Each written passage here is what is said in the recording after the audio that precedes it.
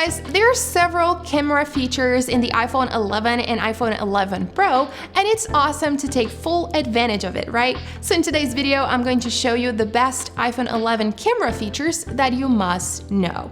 It's also important to consider that a few of them are not limited to the iPhone 11, so you can still take advantage of some of them if you have another iPhone. Starting off with the lenses, the iPhone 11 has two different ones, a wide and an ultra wide. And the iPhone 11 Pro also has the addition of the telephoto lens, which can give you up to 4 times optical zoom. When taking a photo, you only need to choose the lens that you prefer to use. In the iPhone 11 Pro Max, for example, you can choose between the ultra wide, the wide, and the telephoto lens, and choose if you want a bigger or smaller field of view. Another feature that iPhone users are probably already aware of is the live photo, which records what happens 1.5 seconds before and after you take a picture, so you can relive the moment afterwards. To enable or disable the live photo, just click in the live photo icon in the top right corner of the display. Swiping up, you have access to a menu with a few features like the flash, night mode, live photo again, and the fourth option is the aspect ratio, where you can choose between a square photo, 4:3 or 16:9 before photographing. In case you are by yourself and you want to take a photo, you can use the timer and choose between 3 or 10 seconds. And if you want to take pictures with a filter, just click in the last option and choose one of the available filters. Now, a great feature that came with iOS 13 is Quick Take, which allows you to shoot videos just by pressing and holding the shutter. In case you want to lock the recording, simply slide your finger to the right. Besides, you can also try burst mode to take several pictures in a row simply by sliding your finger to the left. Talking about video mode, many people don't know, but you can also take photos when recording just by clicking in the white circle right next to the shutter. And another feature that can make your videos even more interesting is changing between the lenses when shooting. So for example, you can start recording with the telephoto lens and gradually switch to the ultra wide. Besides that, something incredible that came with iOS 13 is that you can choose the video quality right in the camera app without the need to go to your iPhone settings. So you can choose between Full HD in 30 or 60 frames per second or 4K in 24, 30 or 60 frames per second.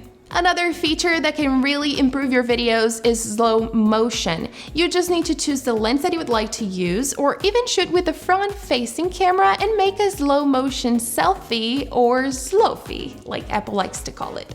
Jokes aside, after shooting, you can choose where you'd like your slow motion to start and finish. Simply click to edit your video and choose the interval that you want. Besides that, something else that can give a more professional vibe to your videos is time-lapse, but it's important to think about a way to make your phone stay still when shooting, or even invest in a tripod so your phone doesn't move. Something not that great about time-lapse feature is that you cannot change its settings or edit it after recording in order for it to become faster or slower. But this feature is still great for sunrises, sunsets, and you can still make it faster or slower when using third-party apps if you want. I'm currently using InShot. And after recording, you can make a few basic adjustments right in the photo app if you want, like color correction, crop and rotate. And going back to photo mode, another feature that many people like to use is portrait mode. You can choose between different lighting options like natural light, studio light, contour light, and a lot more. And you can also use portrait mode to take selfies.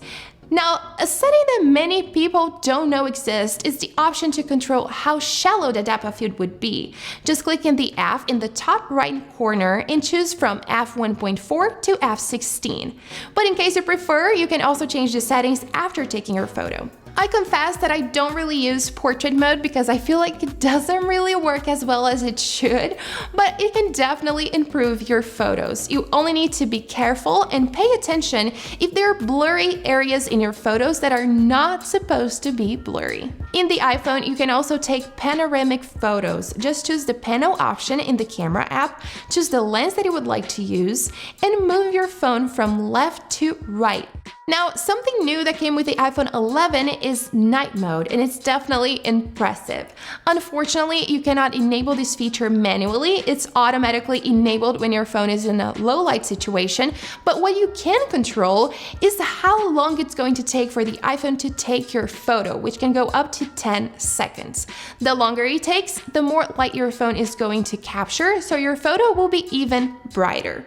But be careful, because the longer it takes for the photo to be taken, the easier it is for your photo to become blurry if you move your phone. So make sure to put your phone still somewhere, or use a tripod to make sure it's stable. And last but not least, the editing features in the iPhone 11 are a lot better now with iOS 13, and you have the option to change exposure, brightness, contrast, and a lot more. I confess that I still use Lightroom to edit all my photos because it's a lot more complete, but you can do a lot right in the camera app. And these are the iPhone 11 camera features that you must use. Remember that a few of these options are also available for other iPhones, so you can still take advantage of them if you don't own the iPhone 11 or 11 Pro. If you enjoyed this video, don't forget to give me a thumbs up and subscribe to the channel if you haven't already. Thanks for watching, and I'll see you guys next time.